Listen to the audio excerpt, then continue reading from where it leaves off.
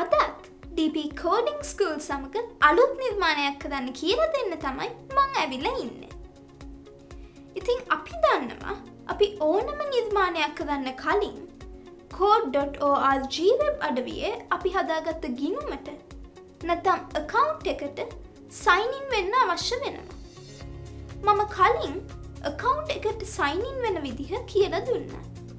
ඒ පියවර අනුගමනය කරලා මුලින්ම account එකට sign in වෙන්න. දැන් අපි සෙනසුදු ග්‍රහලෝකය බලන්න rocket එකක් යවන්න වැඩසටහනක් නිර්මාණය කරමු. මුලින්ම start project button එක click කරන්න. site එක open වෙනකොට how it works කියන button එක click කරන්න. ඔයා ජංගම දුරකථනය භාවිතා කරන කෙනෙක් නම් rotation on කරලා ජංගම දුරකථනය තිරස්ව තියාගන්න. දැන් ඔයා sprite lab එකට ඇතුල් වුණා. දැන් remix කියන බටන් එක ක්ලික් කරන්න.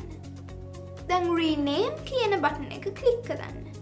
මෙතනින් ඔයා කරන project එකේ නම වෙනස් කරලා project 10 විදිහට නම ලබා දෙන්න පුළුවන්. project 10 කියලා type කරන්නේ PROJECT හිස්තැනක් තියලා 10 type කරන්න. දැන් මෙතන තියෙන save බටන් එක ක්ලික් කරන්න. දැන් ඔයා ප්‍රොජෙක්ට් එක පටන් ගන්න ලෑස්ති.